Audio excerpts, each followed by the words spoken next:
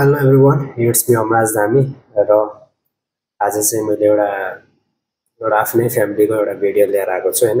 So तपाईहरुले यो photo हेर्न सक्नुहुन्छ। यो चाहिँ मेरो दाइ भाउजू र म एउटै भन्न चाहन्छु क्या, माया कहिले देखावटी नगर्नु, किनकि त्यो माया दुनियाँले देखेर पनि हाँस्छ क्या।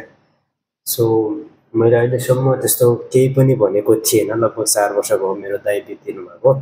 तर एउटा रिक्वेस्ट चाहिँ म भाउजूलाई के भन्न चाहन्छु भने, सो मेरो दाइको भिडियो फोटो हाल्ने तपाईको कुनै हक अधिकार छैन।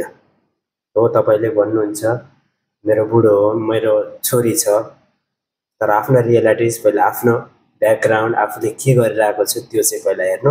म तपाईलाई सब भिडियोहरु यसमा छ, सबैले आफैले बुझ्नुहुन्छ। मैले केही भन्ने जरुरत छैन, मैले केही भनिराख्नु पनि पर्दैन।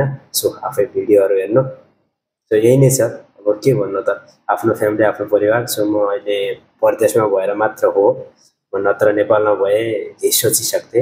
सो रेस्ट इन पिस दाइ। मेरो दाइलाई धेरै नसताउनु, बितिसकेको मान्छेलाई नसताउनु, त्यति हो। डेली मैले देखिरहेको हुन्छ हालेको फोटोहरु, भिडियोहरु शेयर हो, तर गर्नुपर्छ, माया भन्ने चाहिँ एउटा हुन्छ। तर मेरो दाइको भिडियो पोस्ट नगरिदिनु, सबै तपाईहरु आफै बुझ्नुहुन्छ। Thank you so much.